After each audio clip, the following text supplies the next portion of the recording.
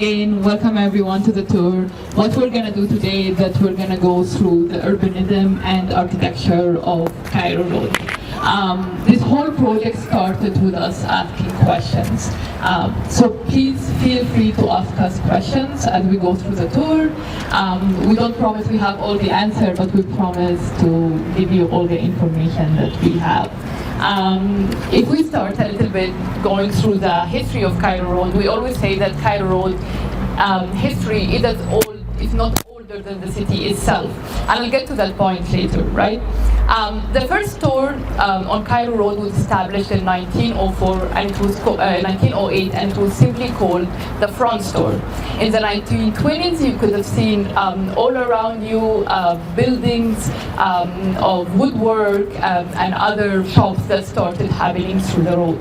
In the 1930s, as we all know, as the government chose Lusaka to be the new capital, more government and more institutions started happening all over Cairo Road. In 1957, there was a visit from the Queen. So from 1952 all the way to 1956, the road was going through a lot of developments, a lot of offices, a lot of government components settled here, and then we started seeing the road develop as it is. Of course, we all know Cairo Road is 1.8 kilometers. It extends from Kabwe roundabout all the way to Kafewe roundabout. And today we're going to have 4 main stops. The first stop is Physical House, then we're going to move to Society House, then the Lusaka Post Office, and end at National Milling and Central Park. And if we start a little bit with Physical House right here is the tallest building in all of Lusaka, which makes it the tallest building of all of Zambia. It started construction and completed in 1974 and was officially opened in 1978. It was built by or designed by 2 Yugoslavian architects, which I have the names here because I can never remember them. Dusan Milknovi and Branimir Ganovi, which are very famous architects, and they established buildings all over Sub-Saharan Africa and the Middle East, Findico being one of them. Findico starts at 90 meters high, and is currently occupied by a number of offices, and is considered, as I said, the highest building in all of Zambia. Now we're going to start walking towards the Bank of Zambia, and then all the way to Society House. And as we walk, this whole tour, we started looking at modern architecture, right? Those modern lines, those brutal lines. And I want you to look all over the building that we're going to walk through, because each one of them was designed by modern architects, but was designed in a different way. And as we go, we're going to see how different, for instance, Findico House looks in comparison to Lusaka Post Office, in comparison to the Zambia Bank. So please keep an eye out, and we're gonna talk about more things as we go along. Yes, you can start.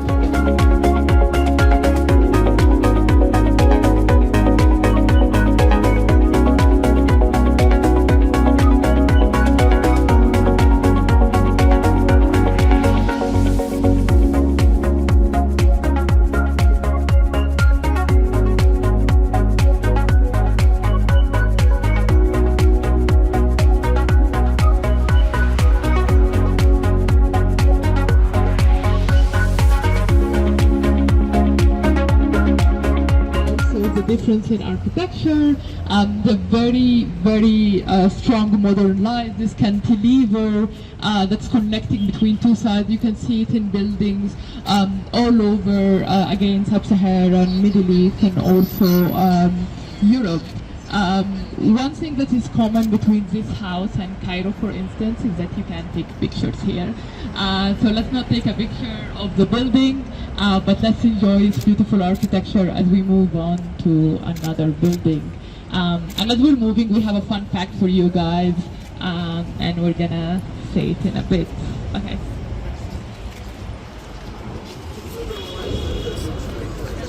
So we're going to have to cross over into the median. So the next, quite a zebra crossing. What's the formal name for a zebra crossing? Pedestrian crossing. Pedestrian crossing, yeah. We need to cross over and walk on the island.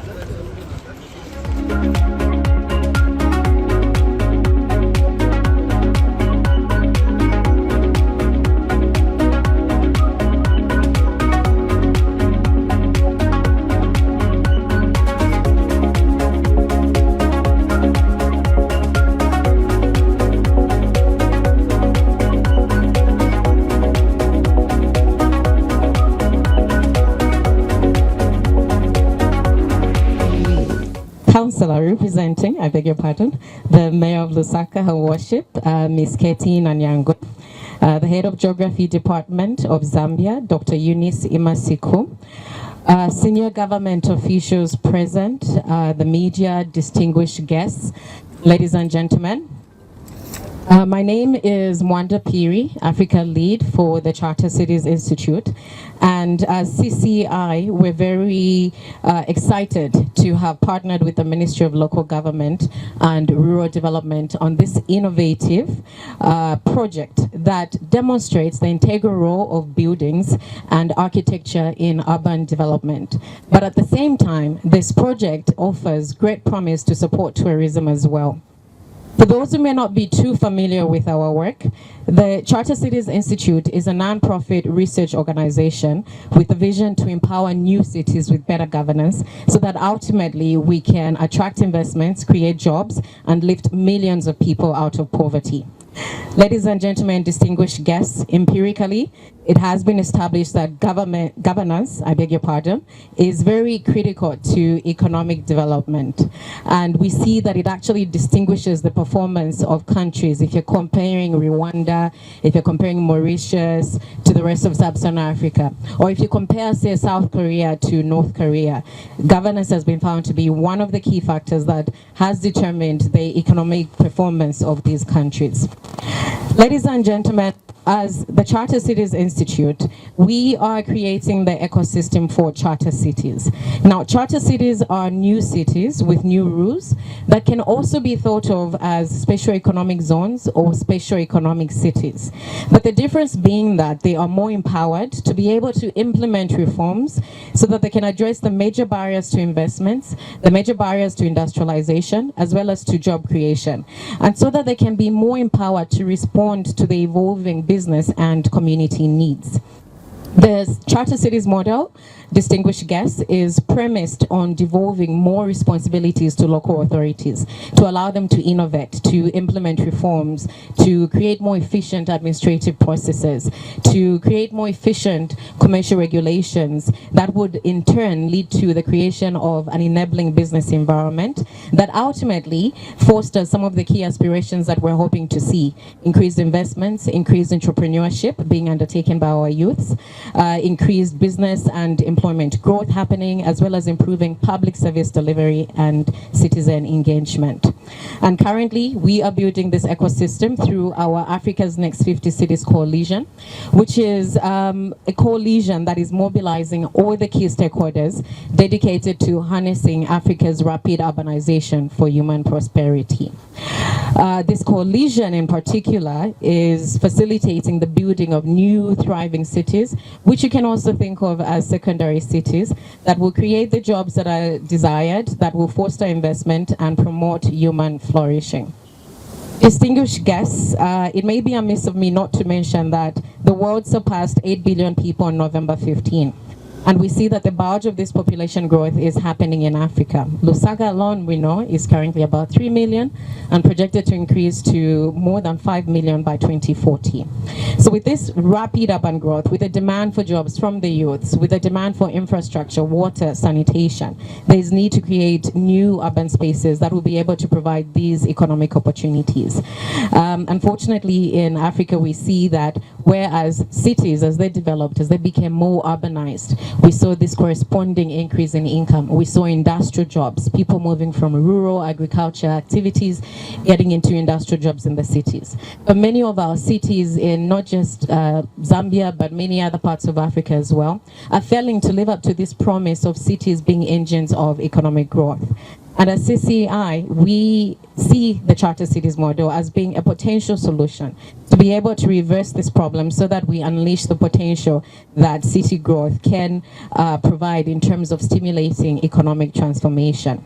And we have seen amazing examples of such cities, such as Shenzhen, Hong Kong, Dubai, that had more devolved power, that created enabling environments and attracted significant investments.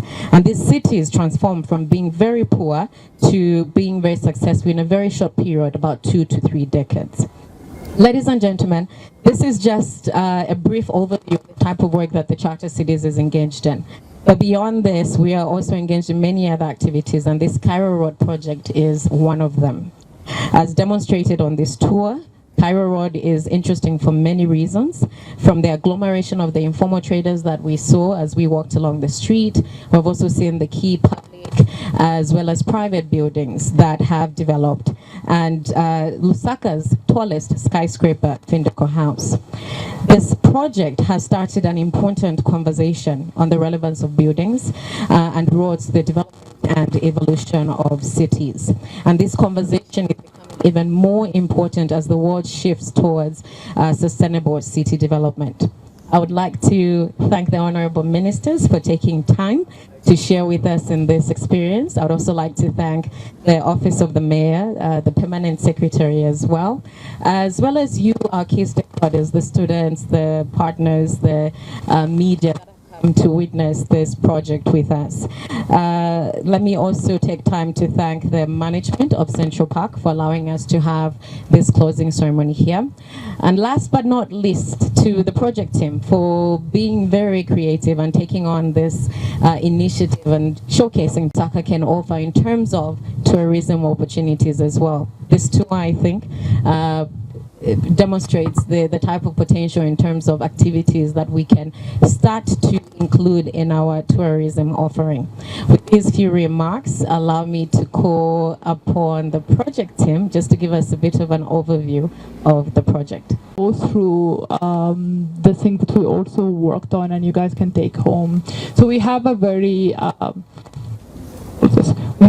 small publication that you all can just grab from right here, and it documents the history of the main 4 buildings that we talked about, as well as a little bit of history of the street that we kind of discussed when we were talking. If you want to go for the bigger publication, the in-depth analysis of the city, you can go to chartercities.com. You can download the bigger publication, Cairo Road, Architecture and Urbanism, as well as some of the things that we kind of worked. 4 main buildings that we discussed in this tour. Also a little kind of bookmark. It's a little bit bigger than your normal bookmark, but it will do the job. And the last thing is that we're very honored that we have cooperated with multidisciplinary artists from Cairo on this unguided tour. And I'm just going to give her a minute now to explain what this publication is really quickly. Nada, please. Hello, thank you very much, everyone. I'm really glad to have collaborated on this project with Lusaka Lab and everyone else. So we did a little zine which kind of encourages you to appreciate what the city has to offer, what this road has to offer, and looking at everything aside from the architecture in complementation with the architecture, the history, and everything else. So I would encourage you to have a look through the zine and use it as an unguided prompt to look around everything else. The vendors, what's being sold, the colors we're seeing, and what all of that represents and how it kind of ties back to the history of Cairo Road and Lusaka and everything else.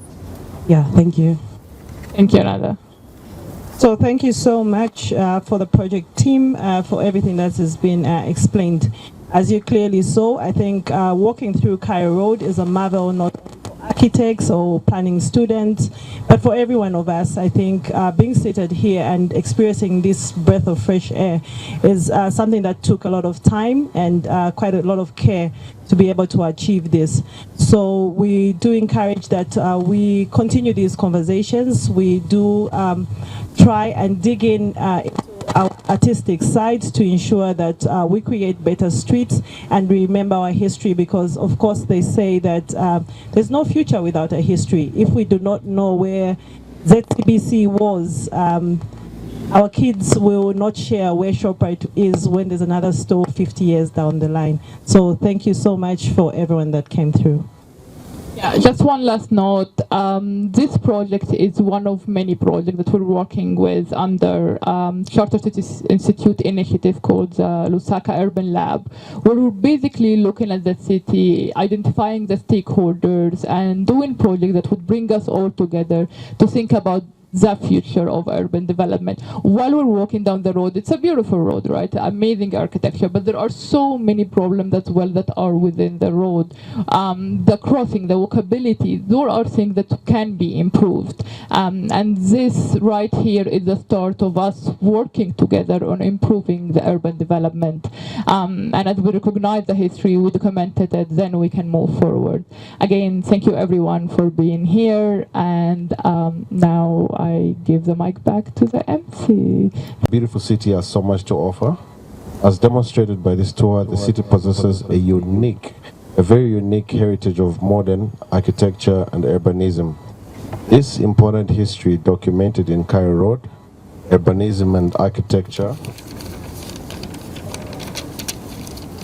makes us look at Lusaka's urban history differently with pride, and it highlights Lusaka's great potential for urban tourism. It fills my heart with joy to see this many people from all walks of life is interested in the history of the heritage of Lusaka. The architecture along Cairo Road represents a unique moment in Zambia, Lusaka's history, a special occasion in which we recognize past and continued efforts to document a road of great historical significance as we continue building modern buildings for a better future. Ladies and gentlemen, as we see today, Cairo Road has taught us and continues to teach us how we can shape the future of our cities in a more meaningful and inclusive manner. It's our collective responsibility as the government, both central and local, think tanks, development partners, civil society and communities, to work together to shape the future of our city. From what I have seen on this tour, I know that this is only the beginning of a productive, collaborative effort to work together on building the future of the city. Distinguished guests, last but not least, I would like to salute the Ministry of Local Government and Rural Development and Charter Cities Institute of this wonderful initiative. Lusaka City Council.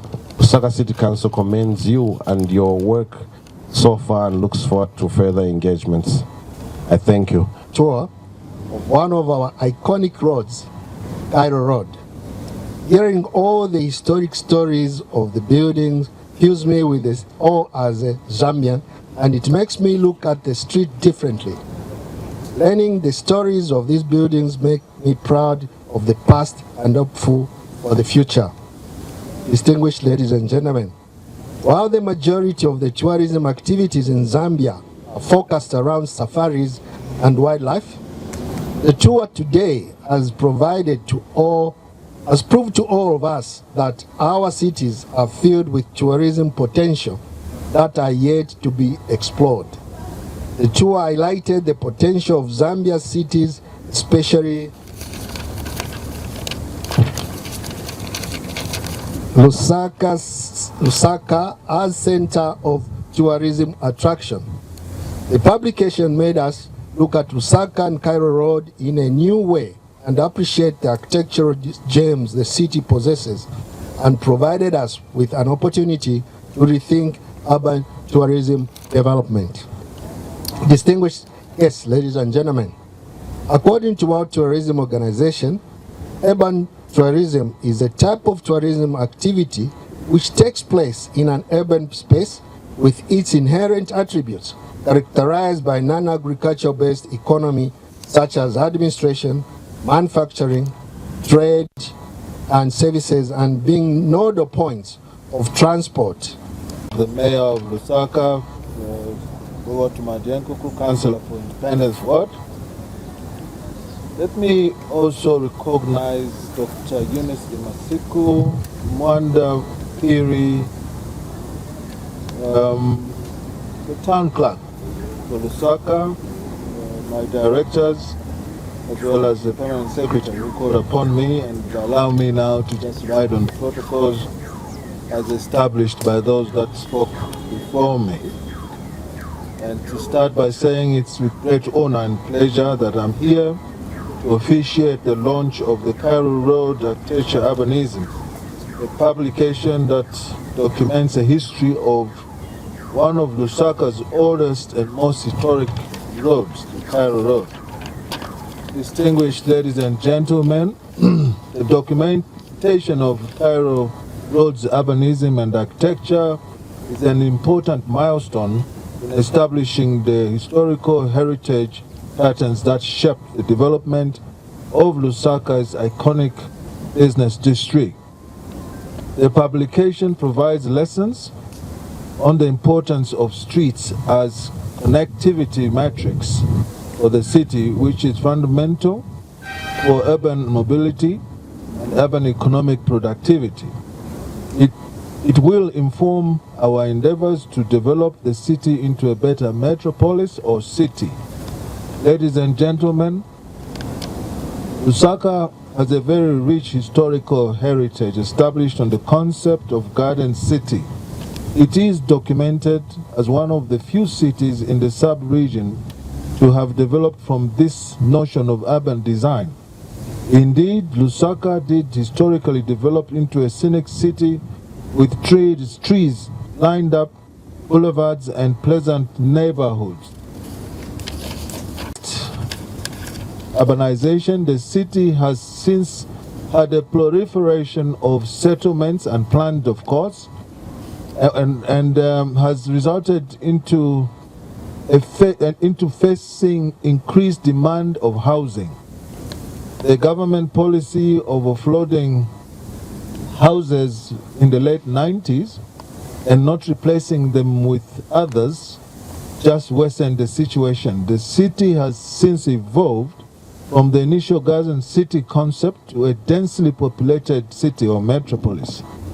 As we endeavor to manage this urbanization and promote the agglomeration, oh my God, I am a teacher of English, I'm meeting this word for the first time, of economies for sustainable city, we welcome initiatives that will provide a backdrop for a better and more sustainable city.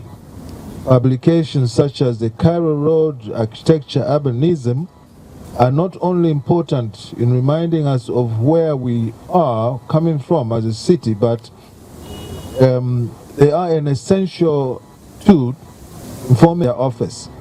The government takes cognizance of the role that such collaborations play in development agenda and is always at hand to work with the stakeholders such as the Charter City Institute. It is therefore our hope that this collaboration will continue and sustain.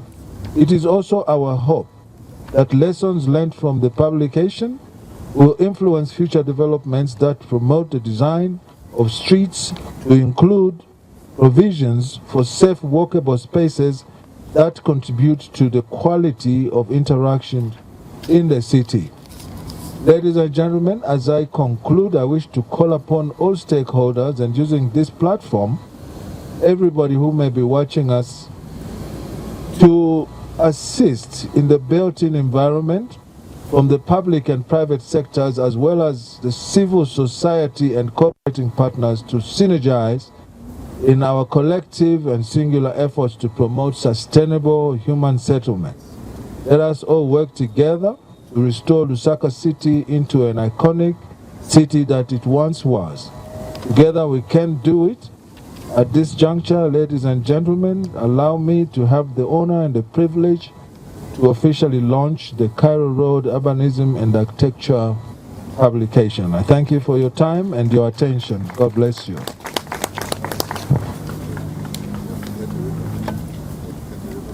Wait.